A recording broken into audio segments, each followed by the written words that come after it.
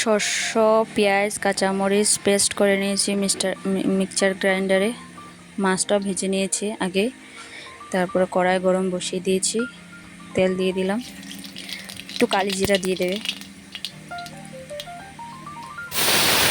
তারপর পেস্টগুলো দিয়ে দেবো তেলে। তো কীভাবে ধোয়া বেরোচ্ছে।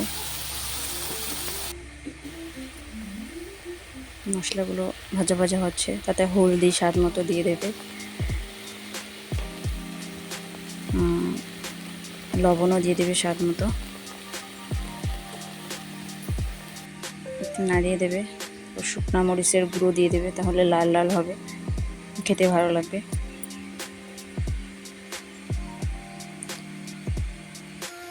আরও কয়টা গোটা কাঁচামরিচ দেবে,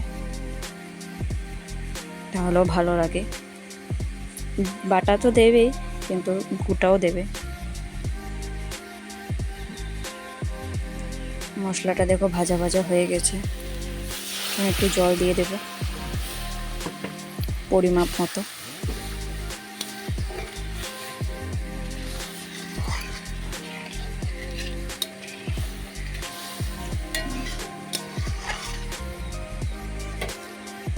জলটা একটু উতরাতে হবে, তারপরে মাছগুলো ভেজে রেখেছিলাম না, কাতল মাছ, ওগুলো দিয়ে দেব।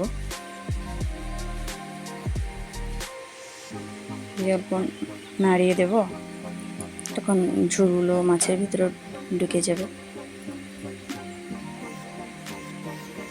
শুকনো শুকনো করে বানাবে বন্ধুরা শস্য পেঁয়াজ মাছের চচ্চড়ি। ভালো লাগলে চ্যানেলটাকে সাবস্ক্রাইব করে দেবে বন্ধুরা।